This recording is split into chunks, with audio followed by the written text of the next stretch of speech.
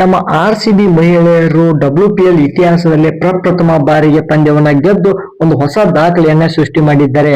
ಏನು ಅದು ದಾಖಲೆ ಮತ್ತೆ ಯಾವ ರೀತಿ ಆಡಿದ್ದಾರೆ, ಇಂದಿನ ಒಂದು ಪರ್ಫಾರ್ಮೆನ್ಸ್ ಯಾವ ರೀತಿ ಇತ್ತು ತಿಳ್ಕೊಂಬರೋಣ. ಅದಕ್ಕಿಂತ ಮುಂಚೆ ಸಬ್ಸ್ಕ್ರೈಬ್ ಮಾಡಿದ್ರೆ ಹೊಸಬ್ರು ವಿಡಿಯೋ ನೋಡ್ತಾ ಇದ್ರೆ ಸಬ್ಸ್ಕ್ರೈಬ್ ಮಾಡಿ, ಬೆಲ್ ಐಕಾನ್ ಕೂಡ ಆನ್ ಮಾಡ್ಕೊಳ್ಳಿ. ನಾನು ಯಾವುದೇ ಒಂದು ವಿಡಿಯೋ ಹಾಕಿದ್ರೆ ನಿಮ್ಮ ಮೊಬೈಲ್ಗೆ ನೋಟಿಫಿಕೇಶನ್ ಬರುತ್ತೆ, ಸಬ್ಸ್ಕ್ರೈಬ್ ಮಾಡ್ಕೊಳ್ಳಿ.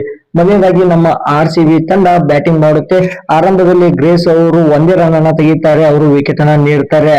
ನಂತರ ಗಾರ್ಜಿಯಾರ್ ಅವರು ಕೂಡ ಕೇವಲ ಒಂದೇ ಒಂದು ರನ್ ಅನ್ನ ತೆಗಿತಾರೆ, ಅವರು ಕೂಡ ವಿಕೆಟ್ ಅನ್ನ ನೀಡ್ತಾರೆ.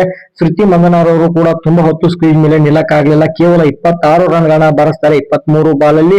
ಬಟ್ 3 ವಿಕೆಟ್ ಕಳೆದುಕೊಂಡ ನಂತರ ಗೌತಮಿ ನಾಯಕ್ ಹಾಗೂ ರಿಚಾ ಘೋಷ್ ಅವರ ಒಂದು ಪಾರ್ಟ್ನರ್ಶಿಪ್ ನಮ್ಮ ಒಂದು ತಂಡದ ಗೆಲುವಿಗೆ ಕಾರಣವಾಯಿತು.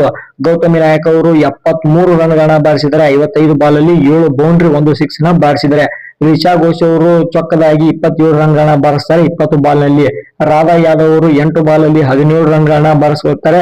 ಶ್ರೇಯಾಂಕಾ ಪಾಟೀಲ್ ಅವರು ಕೊನೆಯದಾಗಿ ಬಂದು 2 ಬಾಲ್ ಅಲ್ಲಿ 2 ಬೌಂಡ್ರಿಯನ್ನ ಹೊಡಿತಾರೆ. ಟೋಟಲ್ ಆಗಿ ನಮ್ಮ ತಂಡ 178 ರನ್ ಗಳ ಒಂದು ಟಾರ್ಗೆಟ್ ಅನ್ನ ನೀಡುತ್ತೆ. ಟೋಟಲ್ ಆಗಿ 6 ವಿಕೆಟ್ ಅನ್ನ ಕಳೆದುಕೊಳ್ಳುತ್ತೆ.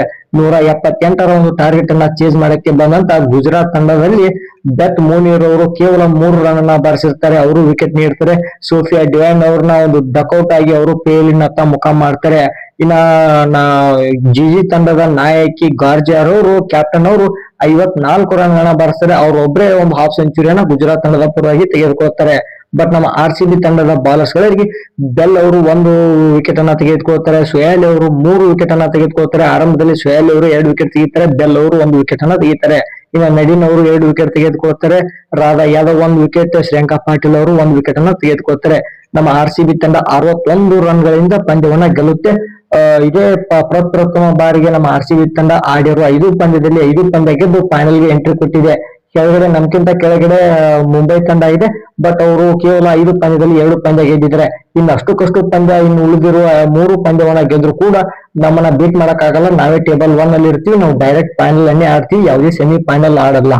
WPL ಇತಿಹಾಸದಲ್ಲಿ ನಮ್ಮ RCB ಹೊಸ ದಾಖಲೆ ಮಾಡಿದೆ. ಇದೇ ಪ್ರಪ್ರಥಮ ಬಾರಿಗೆ ಫಸ್ಟ್ ಟೀಮ್ ಇನ್ನೂ 3 ಪಂದ್ಯ ಇರುವಾಗಲೇ ಫೈನಲ್ ಎಂಟ್ರಿ ಕೊಟ್ಟಿದೆ. ಇದು ಒಂದು ಹೊಸ ದಾಖಲೆಗಳು. ಇದ್ರ ಬಗ್ಗೆ ನಿಮ್ಮ ಅನಿಸಿಕೆ ಅಭಿಪ್ರಾಯ ಕಮೆಂಟ್ ಮಾಡಿ, ಚಾನಲ್ ಸಬ್ಸ್ಕ್ರೈಬ್ ಮಾಡಿ. Thank you.